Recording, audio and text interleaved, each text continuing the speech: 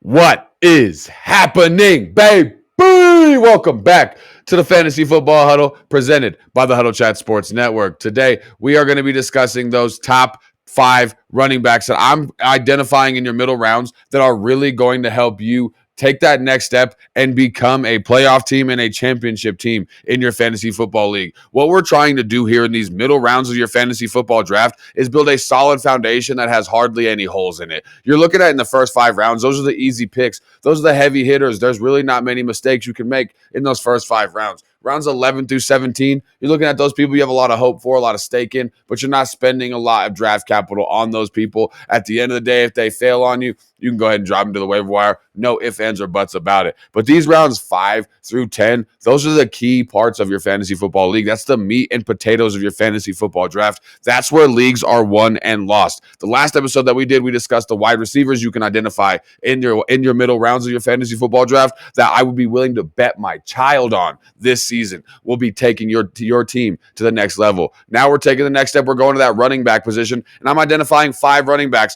that are going to help you in your fantasy football league, in your fantasy football draft, in those middle rounds when everybody's going to be floundering, trying to make up for the mistakes that you will be bypassing because you've been subscribed to the Fantasy Football Huddle and you've been hitting the button that looks like this. Make sure you smash that like button. You have no idea how much it helps, and it also allows me to know what videos y'all are interested in. I can continue to make the videos that y'all like the most, and I can stop worrying about the videos that y'all don't give a crap about. Now, without further ado, before we get into these top 5 running backs that I'm going to identify in the middle rounds that'll help you win your fantasy football league this season, I want to make sure we start the way we always do. It's time to fill up your cup, roll something up, and let's get right into the news. Starting off hot with Arizona Cardinals, James Conner. You're looking at him right now going about running back 20 in the end of the 5th round, that 5-6 turn. Nothing is showing us that Arizona has any plans in the future besides James Conner. Nothing is showing us that they plan on moving forward beyond James Conner. You're looking at over the last 2 seasons, James Conner is averaging 19.4 total touches and over 103 yards per game.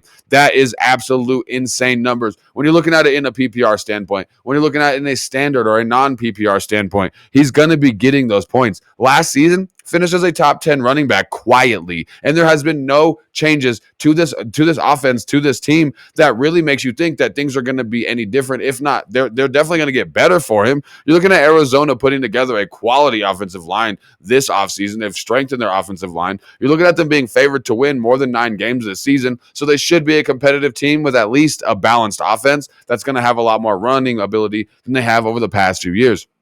The defense is dramatically improved, allowing them to stay in games, allowing the run script to keep going. You're looking at them you're looking at James Conner having the same or more when it comes to Vegas rushing props as Joe Mixon, Breece Hall, and Kenneth Walker. Give me this man over all 3 of those every day, including Sunday. You're looking at him having a very easy to acquire handcuff as well. You can get his handcuff very easy, very cheap in Trey Benson. If you are concerned about health or anything like that, you can scoop him up at the end of your drafts, and it won't cost you anything.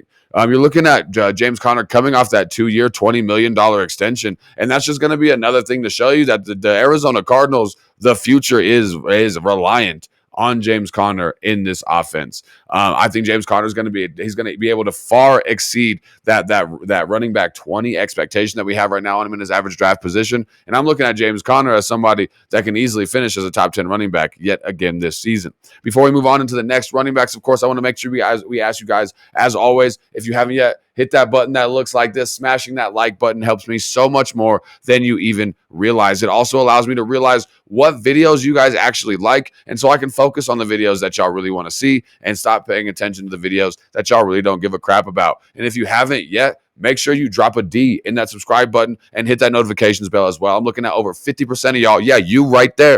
I'm looking at over 50% of y'all that aren't subscribed to the channel right now. It only helps you out by hitting that subscriptions bar as well as that notifications bell so you don't miss a beat. Because what we do over here is we're trying to take that next step, and we're trying to get the leg up over those other idiots in your fantasy football league. Now, let's wrap things up. Let's move on to the rest of the running backs that you can identify in those middle rounds. Moving on to Isaiah Pacheco from the Kansas City Chiefs. This one should be easy, but Isaiah Pacheco is still being drafted almost in the 30s amongst running backs. He's being drafted right now as running back 29. You can get him in the 8th round, that 803 pick, right around there.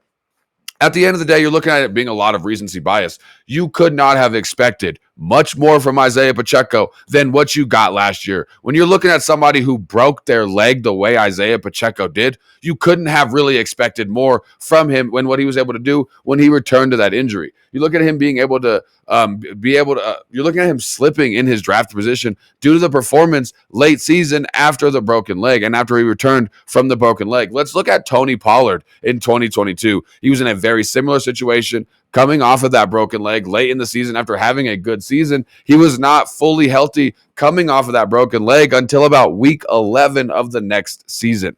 You're looking at Isaiah Pacheco having the ability of being on one of the strongest and best offenses in the NFL. You're looking at the Kansas City Chiefs having an 11.5 win total with Las Vegas right now. Isaiah Pacheco is just going to be on accident able to fall in backwards on 9 touchdowns. And that in itself is going to merit you drafting him as your running back 2, as a flex running back or RB3 option.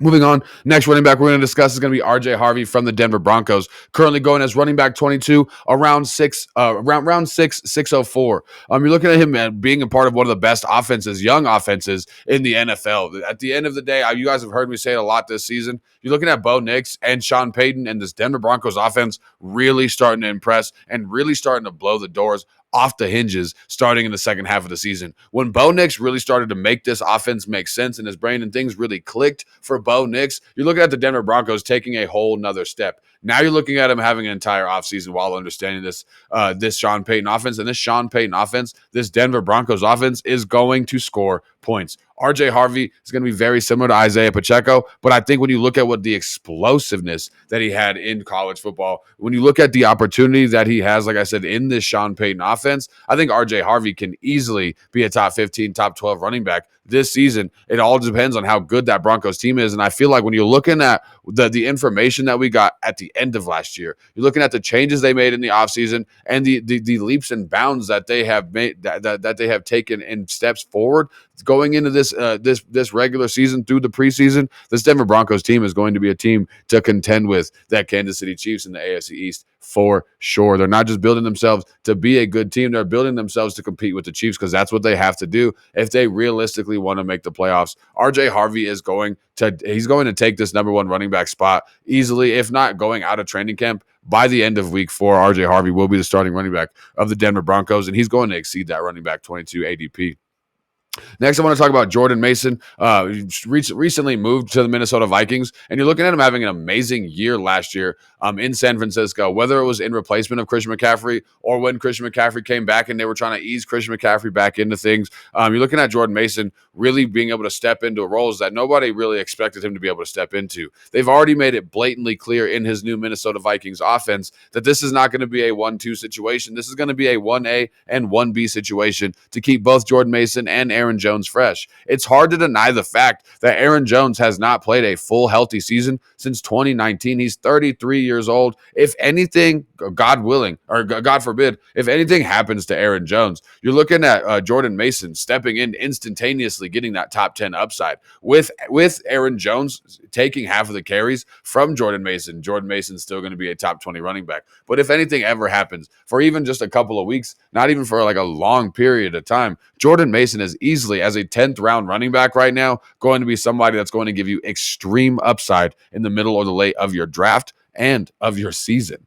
Moving on to the final running back we want to discuss today, it's going to be DeAndre Swift. Get Swifty, ladies and gentlemen. You're getting him right now in round 7. You're looking at DeAndre Swift being the preferred pass-catching back and the starting running back in his offense. That in his own merits you drafting him. Now, when you look at what DeAndre Swift was able to do in a shitty Bears offense last season, then you come into the fact that they have an improved offensive line. He has no competition for touches. Who's Roshan Johnson? They got a 7th round running back behind him. That's also going to be potentially taking, 3% of the carries this year if DeAndre Swift stays healthy. Like I said, you're looking at him being a top 20 running back easily on a shitty offense and in a much worse situation than he had going into this season. I think DeAndre Swift is going to be a benefactor of this offense just straight up improving. DeAndre Swift is still one of the top running backs as far as ability in his body. And he's just unfortunately on the Chicago Bears team who is going to have to score some points. And DeAndre Swift is one of those players back when he was on the Lions,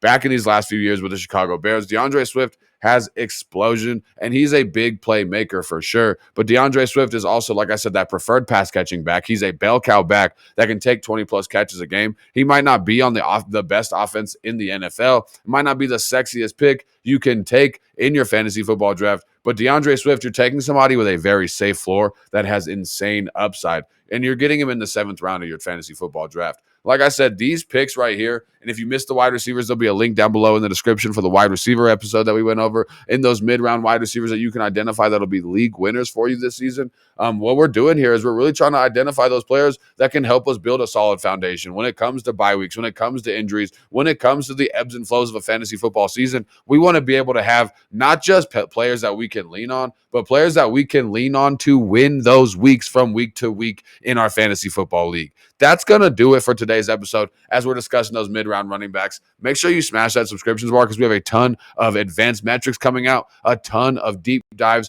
going into your fantasy football drafts. And if you haven't yet, go ahead and drop a comment. Ask me any questions you want to. Talk that shit if you want to. Let me know who your favorite fantasy or who your favorite NFL team is going into the year before they start playing well, they start being terrible. Make sure you rep your city, rep your hood, and rep your team. And as always, keep your chin up and your attitude down.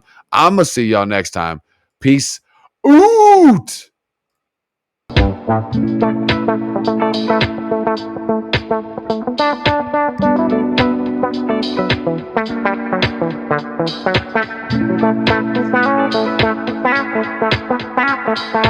out.